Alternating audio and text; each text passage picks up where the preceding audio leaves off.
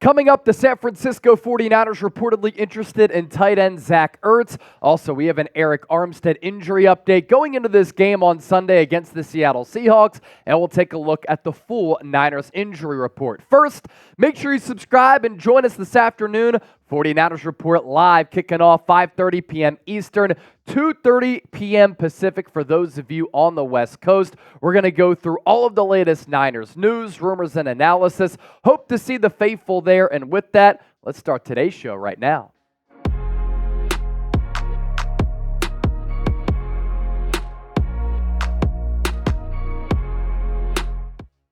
I'm Chase Sr. This is the San Francisco 49ers Report. Appreciate all of you for hanging out here with us. We begin on the injury front for the Niners.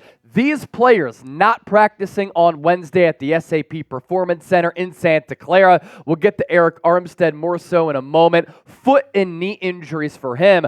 Unfortunately for Elijah Mitchell, the knee issues continue. Kyle Shanahan saying that he was sore even after he only got a couple of carries in that game against Philadelphia. Problematic knee injuries for him continue to be a problem and really hold him back from living up to his fullest potential. Rosswell could be an IR candidate because of a high ankle sprain. San Francisco using him a lot as a blocker, as a special teams player. He got hurt against Philadelphia. Spencer Burford dealing with a different knee injury than what he had, which kept him out back a couple of weeks ago. And Darrell Luter Jr. most likely going to miss this game against Seattle. He's been contributing on special teams. Obviously was on IR for so much of the season up before he came back on Thanksgiving against the Seahawks in that win in the Pacific Northwest. He's now dealing with a hamstring injury. The good news is that RayRay McLoud, a limited participant in practice on Wednesday,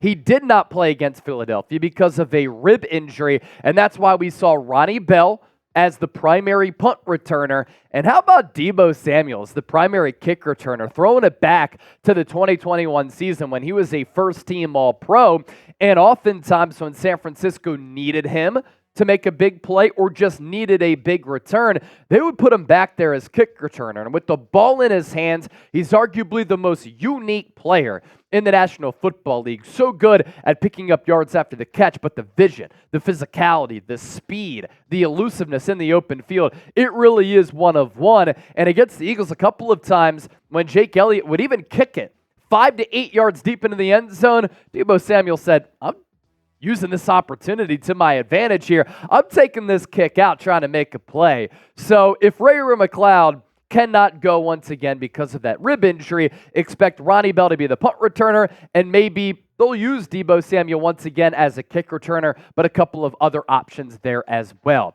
As for the latest on Arik Armstead, somewhat of a sizable development here for this Niners defense and this defensive line that has been playing spectacular football during this winning streak ever since the Niners came out of the bye. I mean, the numbers that they've been putting up, they're the number one scoring defense in the National Football League. So they made the necessary adjustments after that 3-game losing streak going into the bye. And in the 4 games since, as San Francisco has rattled off 4 victories in a row, they've been so good. And Arik Armstead has been a part of that. Kyle Shanahan saying on Wednesday he would be surprised if Armstead did play on Sunday. The injury is not believed to be long-term. That's good news, and it's not an ACL or an MCL injury. So positive notes here. The negative is that he could miss a couple of games. Kyle Shanahan on Arik Armstead saying this during his press conference, not an ACL, not an MCL, nothing I would be able to remember to tell you guys. I'd be surprised if he's ready this week against the Seahawks. We still haven't ruled him out yet, but it might be a week or 2. I hope it's not long-term. I can't rule him out for this week, but it's the fact that I'm saying, I already know I'd be surprised if you played this week. Just got to see how long it lasts. Seattle this week, Arizona next week. So we'll continue to kind of monitor this situation. And earlier this week when we talked about the Armstead injury, when that came to light, I had said, look, there's really no reason to play him against Seattle. There are other options that you have as depth pieces at defensive tackle, and he's been too valuable for your football team to risk losing him long-term. Because if you lose him long-term, that does impact this defense a lot. and it obviously affects your opportunities to make a deep run and get back to the Super Bowl, and this team right now so equipped to do so. So if Armstead can't play against Seattle, and if he misses the next couple of weeks, San Francisco is going to have a heavier rotation of Kalia Davis, who the Niners drafted 2 years ago out of UCF, didn't play at all his rookie year because he was recovering from an ACL injury that he suffered in the fall 2 falls ago, and hasn't really played much this year. But against the Eagles, he kind of popped, got some snaps. He sacked Jalen Hurts late in the game for his first career sack. He was able to celebrate with the Arik Armstead rubbing the tummy type of celebration. He'll play a little bit more. Really good athlete, very quick. He went late in the draft 2 drafts ago out of UCF, Central Florida, because he did suffer that torn ACL. So you'll see more of him. You'll see more of Javon Kinlaw as well, who had a breakout game against Philadelphia. The Niners as a team able to exact revenge on the Eagles after losing the NFC Championship game last year. Kinlaw, though, individually able to do that as well. 2 sacks against Philadelphia. First time he's done that in his NFL career. But in the NFC title game last year, whether it was in pass protection for the Eagles offensive line or against the run for the Eagles offensive line, they pushed Javon Kinlaw around. So a good moment for him to get those 2 sacks against Philadelphia and had that breakout performance. And if you're without Armstead, you do have some solid depth pieces there. Armstead's numbers in 2023, they've been very good. And this is a player who has really gotten better over time since San Francisco took him out of Oregon. A lot of people took issue with the Niners electing to pay him instead of DeForest Buckner. DeForest Buckner, no doubt, probably the better player, and is the better player, I should say. But don't sleep on what Armstead's been able to do. Don't sleep on the value that he's had on this 49ers defense over time and the cultural impact that he has in the locker room. A multi-time Walter Payton Man of the Year nominee and winner for San Francisco. Once again, the Niners nominee this year. So I do think those things are obviously important. Great character, great leadership, a really good player. And then you look at the numbers here, overall Pro Football Focus grade of 81.9, really good pass rush grade of 85.1, 42 pressures, 6 hits, 29 hurries, 5 sacks this year, and 13 stops to his name. So that's the latest on the injury front for San Francisco. We also have some other Niners news to get to. Robbie Gould, in an article in the Players Tribune today, officially announcing his retirement.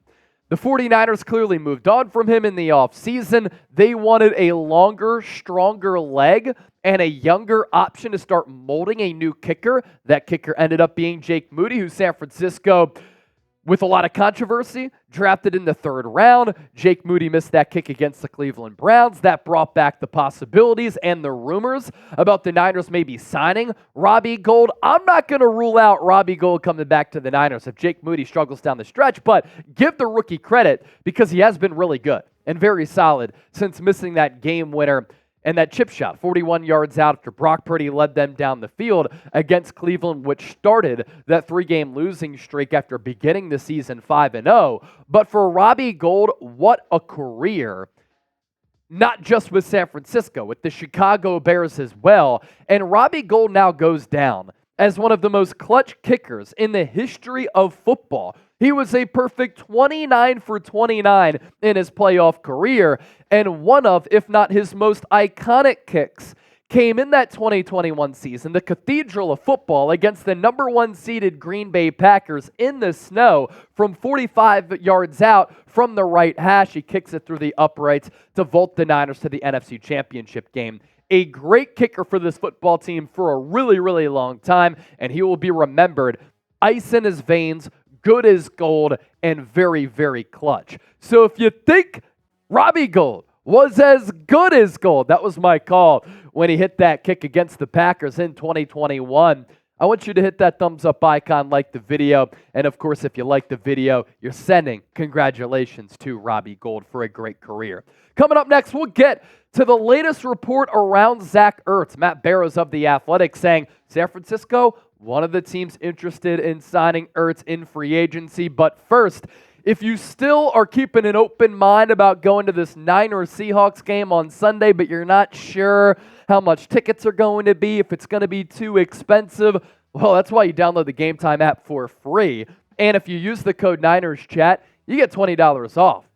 There are still a lot of tickets available for this game at Levi's Stadium as San Francisco returns home to the friendly confines. And there are a lot of different tickets available, different seats, different sections, all types of different viewpoints and vantage points as well. So make sure you download the app. If you don't want to go to a Niners game this year, or you like watching games from home a little bit more, or you like kicking it with us here for watch parties, you can go to other sporting events, but also concerts. I went to a comedy show last Friday with a couple of homies here at Chat Sports, used the Game Time app and was able to save $20 as well using the code Niners Chat. If you're in the theater, I know that gets popular during the holiday season. Download the Game Time app. Best seats at the lowest price guaranteed. What's cool about the app is that the prices drop as these events get closer. All of that information is available for you down in the comment section and in the description of this video. So to Zach Ertz now. Matt Barrows with this report on, Wednesday now, that the 49ers are believed to be one of the teams most interested in tight end Zach Ertz, who may wait until next week to decide which team he wants to latch on with to make a playoff and Super Bowl run.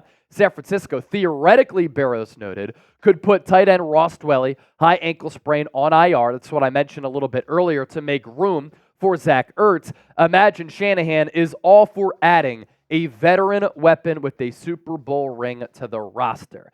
Now, a lot of you have asked me, and I've seen you float the questions on X, formerly known as Twitter, Chase, if the Niners claimed him, what would have happened? Why didn't San Francisco claim him if they want him?